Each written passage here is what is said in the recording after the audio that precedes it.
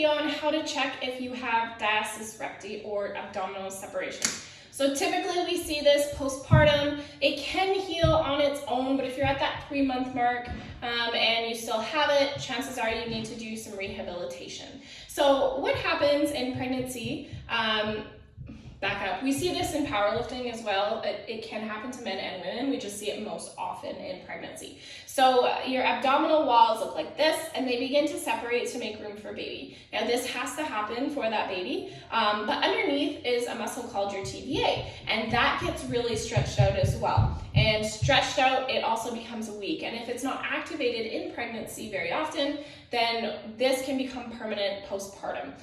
So I will post another video on how to prevent it in pregnancy. I'll also be posting videos on how to rehabilitate diastasis recti, but first step is figuring out if you have it. So symptoms of diastasis recti or abdominal separation can be lower back pain is usually the most common one just because the core is quite weak. The other common symptom can be bladder incontinence.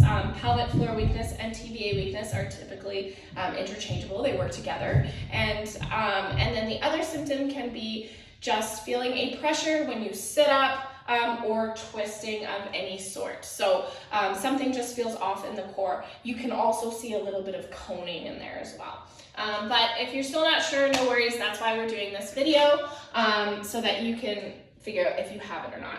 So the first thing you're going to do is you're going to lay down on your back with your legs bent.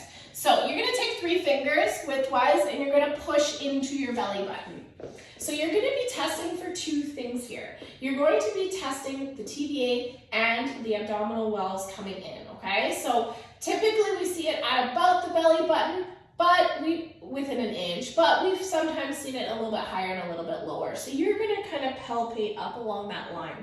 So when you're nice and relaxed, you're gonna push in as hard as you can, put your other hand behind your head, and then you're going to lift the head up off the ground, and then you're gonna hold that for a minute. And then from here is where you begin to palpate, okay? So you're gonna palpate for the abdominal walls closing in, and then the TVA should be pushing the fingers out as well.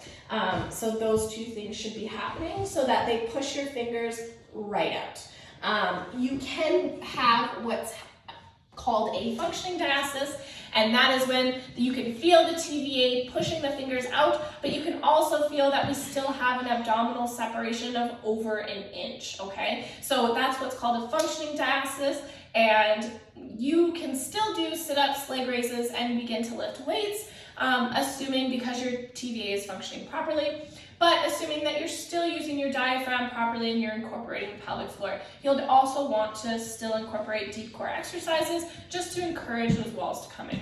But if you're not feeling either or, then your primary solution is to focus on just deep core moving forward.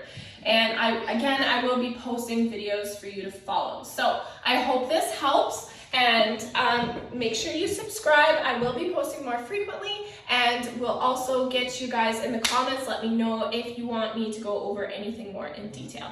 Thanks, guys.